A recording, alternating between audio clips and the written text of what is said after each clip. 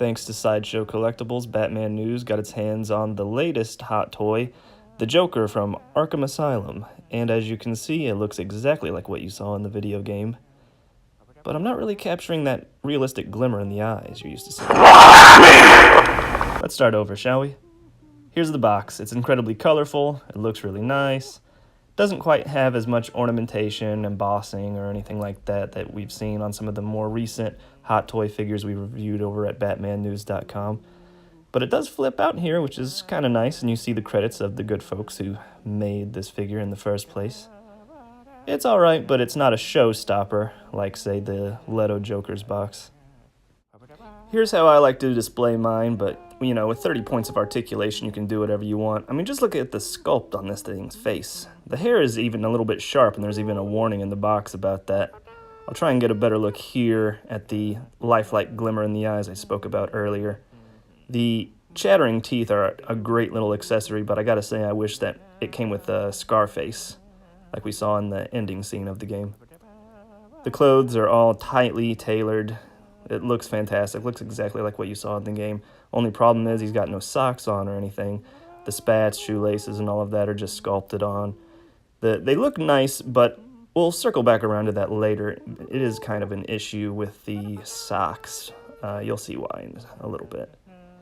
He's got like an actual metal chain for his wallet, his leather for the top of the coat.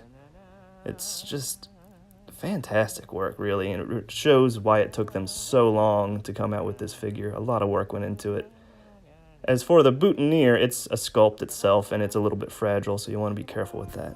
Let's talk accessories for a minute. As you can see, the stand has artwork from the game. It does secure the figure in place, but you don't actually need it because he's pretty well balanced all on his own.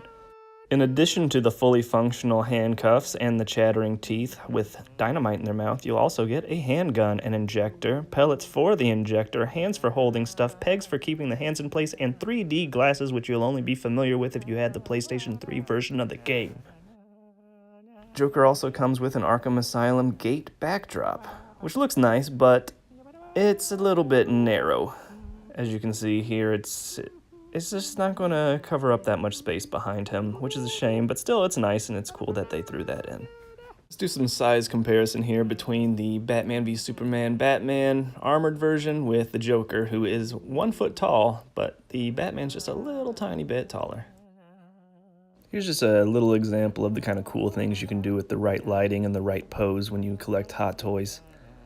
It's just a lot of fun to take pictures, set them out on display for people to see at work or at home. But it's not all rosy. Here's my #1 complaint with the figure, and it goes back to those socks and how there's just nothing there. I would love to pose this thing in a seated position, maybe in like an interrogation room sort of thing, but if you try and do it like that, the pants ride up and you just see plastic and foam, and it's really distracting from just the masterful craftsmanship everywhere else. I mean, just look at that face sculpt. Ultimately, though, it's just socks. Otherwise, it's perfect.